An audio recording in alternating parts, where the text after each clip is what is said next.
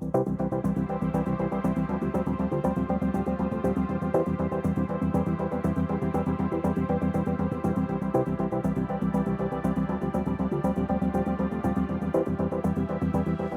everyone, my name is Mark Stanley. I'm a partner in PwC's financial services consulting business, and this is the second episode of our Fintech Insight series. Today we're going to be talking to Mansoor from Demica. Demica is a global organization focused on open trade, providing open trade platforms and support to working capital offerings as well across banks. Mansoor, thank you, man. Thank you very much for coming. I appreciate you spending some time with us. So, first question I wanted to put to you is, obviously you go to a lot of pitches. We first met at a pitch. Yep. Could you tell me a little bit, or just give me a snippet of your elevator pitch for Demica? Yeah, so Demica is a leading provider of working capital solutions to banks and corporates globally. Fundamentally, we've seen significant change in the working capital space with significant requirement for financing in the market. And what we can do for our customer base is really support the deployment of that capital and enable our customers to grow across both payables and receivables financing, as well as introduce more complex products to their product sets, such as portfolio purchases or even securitization at the sort of extreme of the working capital product set. Yeah, very good. And obviously, Demica has been around a long time. You just touched on securitization, but you've got a really interesting history as an organization. Could you tell us a little bit more about where you started and how you've ended up being a platform player in this space? Yeah, of course. I mean, Demica started in the mid 1990s, and really within that securitization market, the product was built to provide securitization reporting for corporates. And that reporting was then issued to banks and enabled them to fund against their trade receivables books. In the mid-2000s, we started working with a couple of banks around building a payable solution onto that as well. So obviously ING is one of our core customers, and we started working with them in respect to deploying a white label solution for them. Yeah. And then obviously in 2014 we had the acquisition of the business, which was really transformational for our underlying solution. And that's really where we morphed into a much broader working capital solution provider, both in the corporate space as well as the provision of technology for banks. Is there ever a conflict in having those two roles in the market? Is that something that ever you kind of come across have to navigate? Yeah, it's a really interesting question. It depends bank by bank, to be frank. Some banks are really keen for us to not be in the market and not compete with them, whereas other banks see it as an opportunity to acquire additional business. We have such a close relationship with our bank partners that where there are RFPs in the market that are specifically focused on technology, it's better for us to play in that space because the competition is also technology providers, fintechs, and so forth. Yeah. And if we win those, we're able to bring that business to our bank relationships.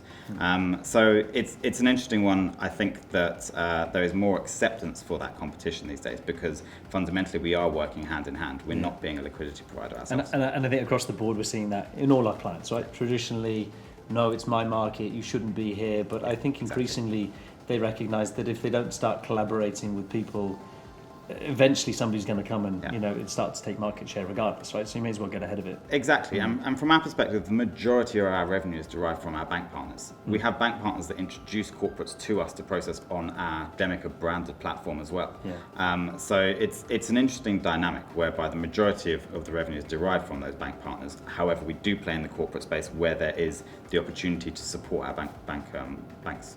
Okay. And then in our own ventures business, we advise clients on how to successfully partner with startups in the market. And as you all know, and I've known over the years, there's a lot of complexity there. Ultimately, what we see is that the return on investment can be really poor.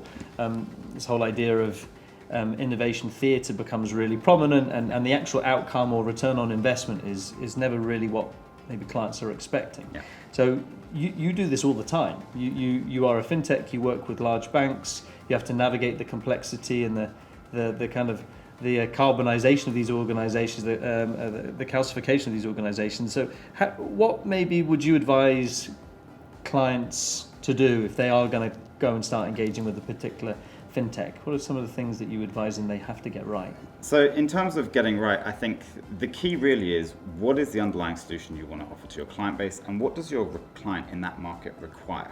And different clients in different markets, we see, for example, the payable space being a growth market in the Middle East, as an example. And that's come after years of education of not only the bank customer base, but also in respect to the corporates as well, understanding how the product works. So I think from a bank perspective, as they're looking to deploy these solutions, it really is, what is the product you're trying to deploy? And what is the minimum viable solution you are able to go live with that enables you to start acquiring business? And I think the key difference between us and your traditional sort of licensed software providers is that with us, the growth of your business is our business. Yeah. Fundamentally, it is really important for you to grow and the banks to grow their business and provide solutions to their client base, because that's how we generate revenue. We're not charging sort of one-off license fees and then walking away from the bank. It is very much a collaboration. Yeah. So you've got a vested interest that means that you're going to see it through, and because otherwise you don't really make as much money as you will. Exactly. But that maybe what some of the other things, Mansoor, that maybe you think are a bit more granular, because the stuff that I see are things like alignment and strategy. You said so, kind of alignment with strategy. Somebody in the organisation, typically the front end of the organisation, revenue generating role that is banging his or her hand on the table saying, I want this thing to be implemented because it's going to deliver material value to my organisation. I mean, that's another thing that kind of sponsorship's really important.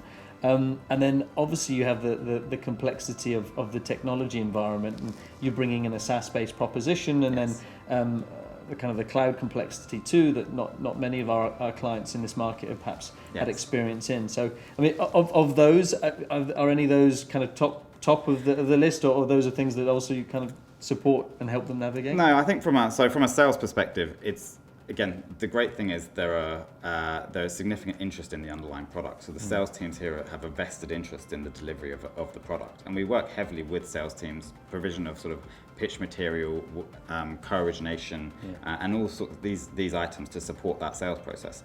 From a tech standpoint, the biggest challenge we do have across the region is the ability to support cloud. And we've seen that within certain markets. We see that within Saudi Arabia, we see that within Egypt, whereby the provision of the technology on a cloud solution is challenging. And there, it's really been working really closely with our strategic partners within those markets to support our customer base. And I'll touch on a key customer we have in Saudi here, where we deployed a primary and secondary site through an Azure Stack deployment into a number of data centers in that market to support the revised regulation which required data to be processed locally. And I know even now, talking to my clients in Saudi about that particular implementation, there's surprise and like, oh, I didn't know that it was even available, or that type of thing. And the immediate response from many folks in that market is like, oh, it can't be done. Cloud's not possible, or whatever else. But it's interesting that there's an education that still the industry's going through, that these things can work, and the regulator is willing to support them if it's done properly. Right? Yeah, exactly. And we deployed that solution 2 years ago. Within a year of the new regulations being put into market, we deployed alongside Microsoft and SAB the solution to enable our customer to grow and develop the proposition in that market. Yeah. And maybe one other piece, so a traditional RFP process that you have to go through, right? So obviously, you are a fintech, but you're also a software provider, so you kind of sit in an interesting little area of, does a bank go the fintech route that's meant to be fast and high speed and move at pace, or do you end up in the bucket of, this is an RFP and has to go through procurement and will take 3 months to make a decision? Are you seeing, well, maybe if you could comment on either one of those, and is it still predominantly RFP based, because you are a big platform and a big implementation? Yeah, exactly. So I would say, unfortunately, it's still predominantly RFP based, and the challenge with RFPs is it takes a long period of time to sort of develop the question bank. It then takes a long period of time to sort of assess the responses of the various providers. And also, RFPs are typically fairly generic. So unless you're working with a sort of consultancy that is able to refine what you're looking for, it is really challenging from a product perspective when we're looking at responding to these RFPs. If I look at the process that we went through together, it was probably one of the quickest and most efficient processes that I've personally seen. And it's phenomenal, because not only was a decision made within a very short period of time, but we had a go live that occurred within 6 months of that decision. Yeah.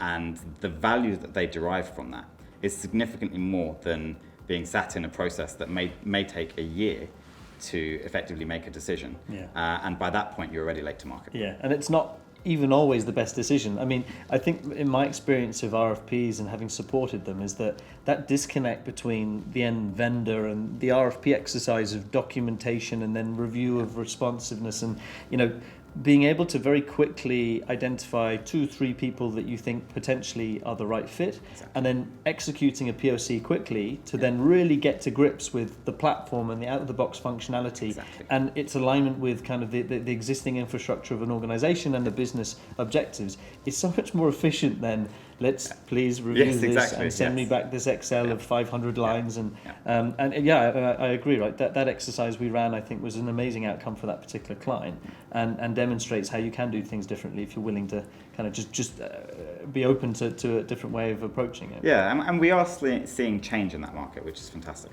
Yeah.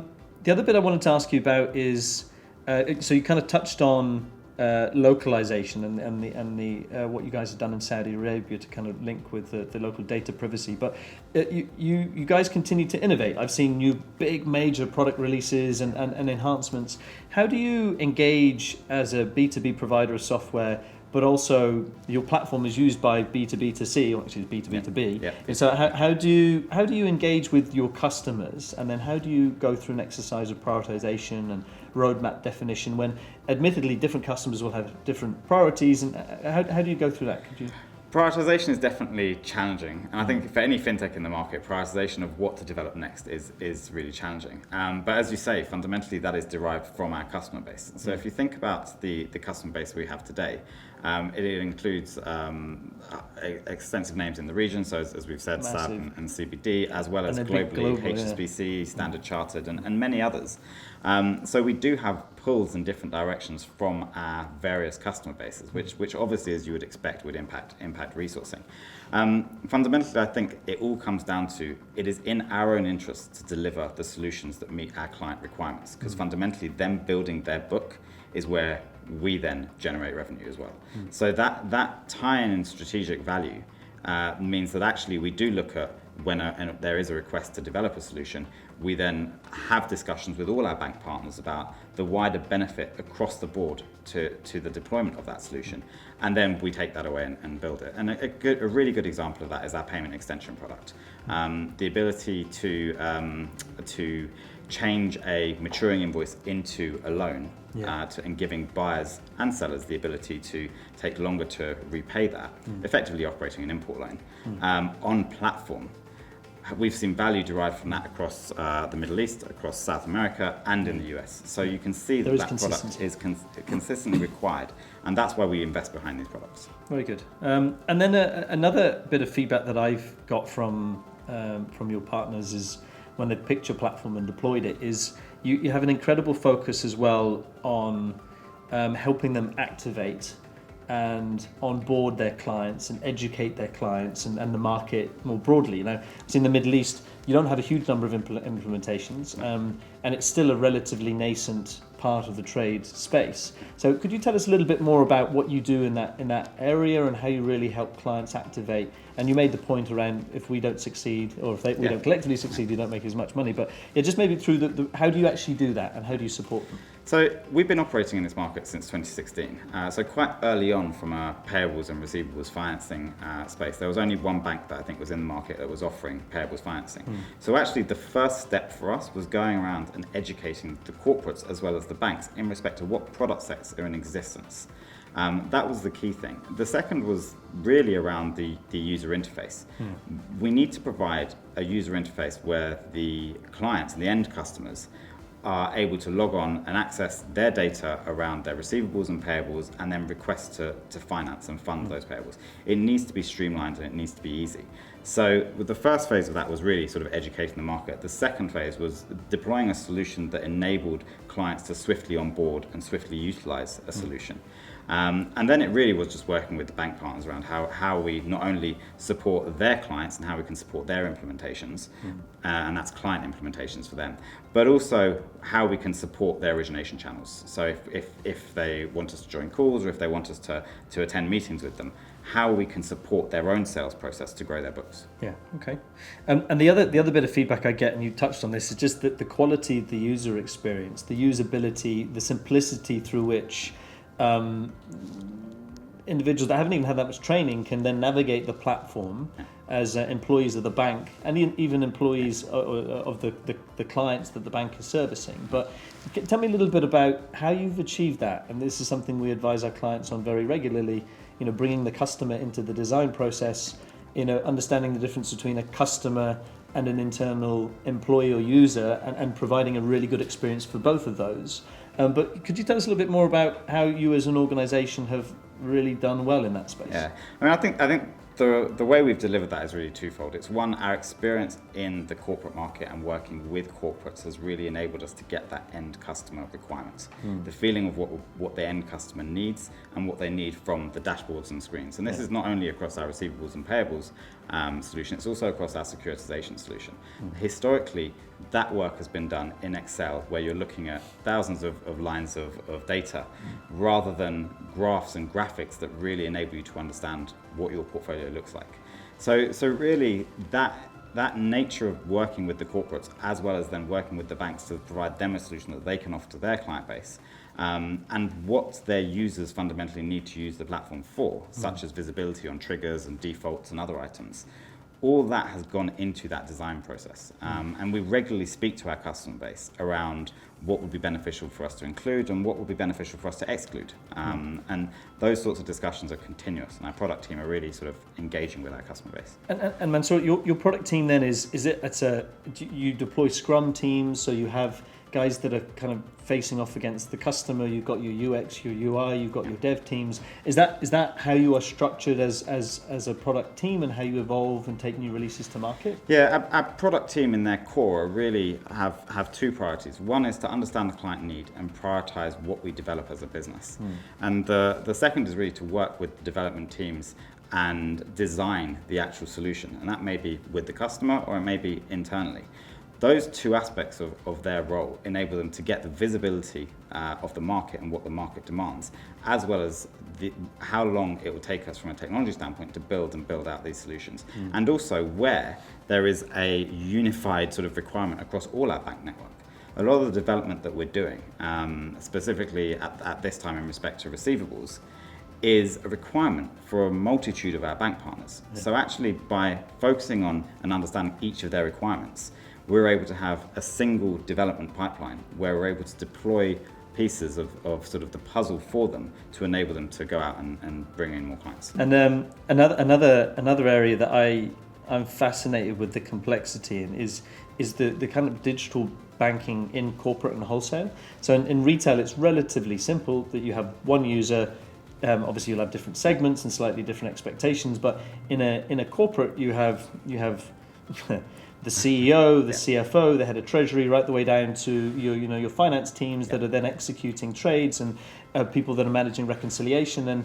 And tell us a little bit about how maybe you navigate that, and do you develop personas for each one of these, and then you think about those different personas as you then build out your product, but also introduce it and help adoption when the banks utilize it? Yeah, and this really comes down to requirements. And we run a fairly agile development shop, meaning that actually we get high-level requirements, and then as we're going through our sprints and our development cycles, we spend a lot of time refining those requirements. Yeah. So those user stories and those high-level user stories in respect to who's utilizing the solution, what they're trying to do with the solution, is really important for that team as we develop out that functionality. Yeah. The user administration capabilities on platform are key to the banks that we work with. Yeah, very good. Now you tell me a little bit, so Mansoor, you've been operating this market for some time now. You tell me a little bit more about where you think the trade market is going. And obviously you guys have seen phenomenal growth, but you're still relatively small part of the trade business here in the Middle East, and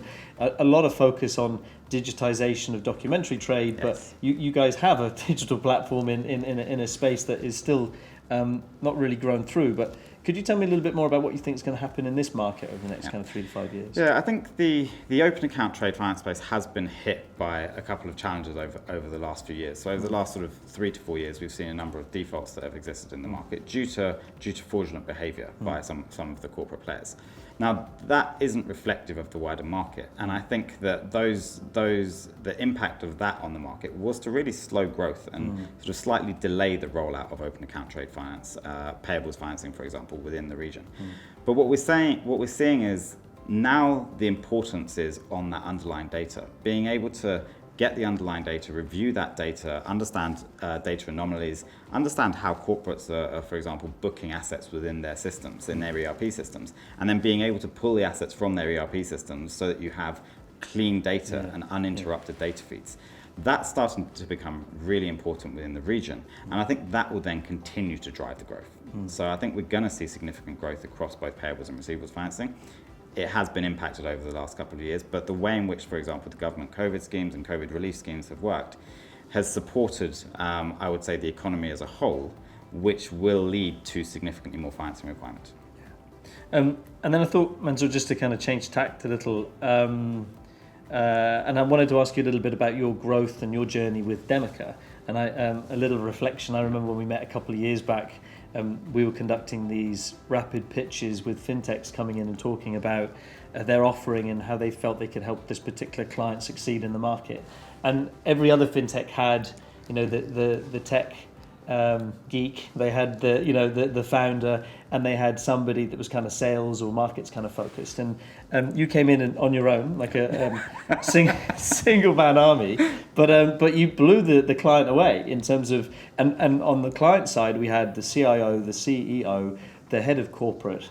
There was another head of transformation, so there was really broad-based capability on the client side, and they asked you everything from talk to me about cloud to talk to me about how the accounting structures you produce and the clients that you serve, and you were able to field every one of those questions. So tell me a little bit about how you started in Demica and how now you go through these sales processes, but you do it on your own, and yet kind of even have the confidence or the depth of knowledge to be able to field all those questions. Yeah, I mean, I've been at Demica for almost 6 years now. Joined fairly soon after the acquisition of the business, actually, and at that time we were a very small team. So when I joined, we were about 30 within the business, and you needed to understand everything as we were going to market and looking to sort of sell the product to market. And I think that's been really instrumental in my growth within the company. So after a couple of years of working sort of on origination across both corporate and bank, I moved to focus on the Middle East and the GCC as a whole, to really sort of push the products and the solutions into the market here. And alongside that, you need to understand the technology. Yes, you need to understand the product, and my background is banking. I spent a lot of my career at HSBC. But so you need to understand the products, but actually when you're looking at selling these solutions, you're not only selling the products, you're selling the technology solution and how we'll deliver it to the underlying customer.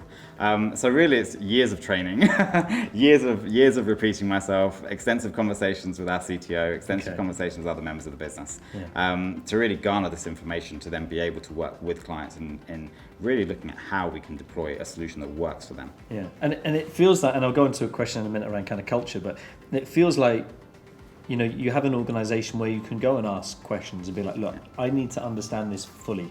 So walk me through it step by step, start dumb and help me learn it all the way through so I can answer some very, tough technical questions if they do come out. But it feels like, the organization you work for supports that and encourages that type of thing. Otherwise you wouldn't have those answers. Yeah, exactly. Very much so. And I also believe that you have to be a rounded individual. You can't come in to a sales process and not know things or be stumped by questions. It's really important to be able to understand your product to a depth that you're able to give confidence to a client of delivery. So I think it's two-phase. The culture of the organization is great. It's inclusive. It's very much, you can go up to anyone and ask a question. And also, as the guys on sort of the front line selling the underlying product, you need to know what you're talking about. I do think, if my memory serves correct, I think there were a couple of questions you said I have to come back to you on that. So I think the CIO did push as hard as he possibly could, and he eventually found one or two that you didn't have an answer to. But everything else, I think you did it, very, very well. So then maybe just a build on the question around culture. Could you describe basically, maybe a little bit more, elaborate further on the culture at Demica and how as the organisation has grown and through that investment they received, and how has it evolved, and how would you maybe describe it now? So again, a great question. As I look back, we were 30 when sort of I joined. We're now over 280. So the organisation over the last 6 years has grown dramatically. And one of the key things that we've tried to do is retain and maintain that culture. And that culture is really an engagement culture. You can talk to anyone. There's no sort of hierarchy in respect to who to speak to, who to ask questions from. And the management team have done a great job within the organisation in respect to being open and available to all employees. And I think that has really enabled us as a wider business to effectively be the same to everyone within the organisation. So myself, I run our platform sales team. Anyone within the business can come and talk to me and take me out for a coffee, or I can take them out for a coffee and just have a chat about what we're doing, both from a strategic standpoint, as well as specific questions around the product in itself. Yeah.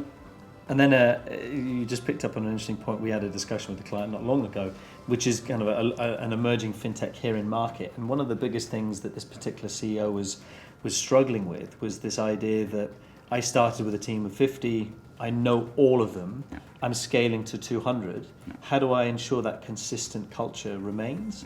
And my vision of the organisation is properly immersed. How has Demica done that? What do you do maybe practically to ensure that people do continue to align with the culture that you guys have built? Yeah, so multiple things. We're quite a social organisation, so sort of lots of get-togethers, be it lunches in the day or evening. During COVID? Yeah, well, outside of COVID, we actually had painting classes from home and things, and more sort of more other items where we couldn't get together. Yeah. So they did a lot, and that culture was and maintaining that culture was really important for the organisation actually. But it is challenging as we grow as a business. You don't know everyone's names anymore. But I think it's really important that from a top-down perspective, we ensure that the people in their teams are open and engaged with the wider business, because that's the only way you're going to maintain the culture. Everyone has to be bought into the fact that this is an exciting organisation to work for. We're doing really interesting things in the market, and actually, we all like to spend time together. Yeah. Very good. It's pretty basic, isn't it? Yeah, it's pretty basic. And then maybe as an extension of that, something we there's been a lot written about it, but the war for talent and the challenges people have with attrition, and we're seeing this across all sectors, but in financial services in particular, and in this region as well in particular. I wanted to ask you, how has Demica been impacted by that? How have you maybe responded? Yeah, just maybe to comment a little bit on how you guys have responded to that trend. Yeah, I mean, it is amazing. The war for talent is significant. There are fintechs and leading technology businesses, as well as banks, trying to acquire top talent in the market as they grow their businesses and as they continue to scale their businesses. For us, it comes down, and for me personally, I should say, it comes down to training. What we need to be able to offer our teams, especially as we bring in talent into the business, is the ability to learn more, and not just about our products and the product sets that we operate, but the wider market. What's going on in the mind of a corporate, for example? What's going on in the mind of a banker? What are the key sort of products that they're looking at, and how does what we do impact the wider business? So I think really that training is fundamental. And actually, over the last couple of days, I've spent quite a bit of time talking to various providers of courses, online courses, as well as in-person courses, around what we can do in the fintech space. Because frankly, I think there is a gap. There's a lot of talent coming into the fintech space, and it's really important we retain it in the fintech space. Because if we don't provide support and we don't provide training, what we're going to see is junior talent coming in, developing, and then seeing more opportunity elsewhere. So that's for your employees, for your teams, that training, or it's more kind of providing that to the industry? No, I think it should be both for the teams as well as the industry. I think it's valuable for both, frankly. I want my teams to enjoy working for the business as well as garner more experience around other product sets and other items as well. Yeah. And then if you could maybe tell us a little bit more about what you think the future of your industry looks like. So recently there's been some consolidation, and you kind of see this in areas of the economy where big platforms drive scale, and private equity gets involved. But could you tell us a little bit more about where you think the industry will evolve or where it'll go over the next 3 to 5 years? Yeah, of course. So we've seen consolidation occur specifically, I would say, in the corporate segment, whereby there is a lot of opportunity where the likes of Taulia, C2FO, and a number of other large fintechs in the market. Obviously, SAP bought Taulia. So fundamentally, we're seeing consolidation in that space. In the bank platform space, we all operate quite a niche product. When I look at the market as a whole, I do not see a direct competitor to what we're doing in the market. If you think about the provision of technology to banks for open account trade, you have a lot of wider remit organizations like your CGIs, your China systems that are providing broader solutions to their customer base, but no one who is significantly focused on open account and is able to provide solutions to that customer base, and solutions that enable them to grow as well. So yeah, we're seeing consolidation in the market. I think there's probably still more to come. But I think it's a positive for the market, because what we're going to see is more entrants coming in, more money coming into the market to develop these solutions for our customers. And we even noticed this when we did the scan and scout on people that were operating in your space. There were a lot of smaller fintechs that, maybe in the purer sense, they'd only been around for a couple of years, in teams of 40, 50, 60 people, very geographically maybe focused. But yeah, I think you are quite unique, right? And obviously your history and where you are now, and the kind of scale of the platforms and the success you've had in both large and small banks. And then maybe Mansour, the future of Demica itself. So you've commented on kind of our market and your industry, but where do you think Demica will be kind of 5 years from now? So it's really interesting, because we've seen a couple of big partnerships been announced, such as the partnership with MasterCard and others. And fundamentally, if you think about what our vision is to underpin global open account trade. The view is that we're here to facilitate our client base operate trade financing solutions to the underlying customer, and to support the flow of funds to those underlying customers. So from a vision perspective and from a Demica perspective, we see huge opportunity in that market to grow. The products just scratch the surface today. If you think about supply chain or payables financing and receivables financing, you can go a lot further down into purchase order financing and into other areas, whereby you're utilizing the data that is available to the market to actually operate other models and other financing models. So yeah, our opportunity, we see the opportunity in fundamentally underpinning that trade transactions globally through the provision of solutions. Very good. So Mansour, excellent. That's a pleasure to get to talk to you on this. I mean, we don't really get an opportunity to just openly discuss how you guys have operated in the market and how you've been as successful as you are. So thank you ever so much, and great to work with you in the market as well, and looking forward to doing more things with you. Yeah, it's been a pleasure. Thank you. Thank you very much.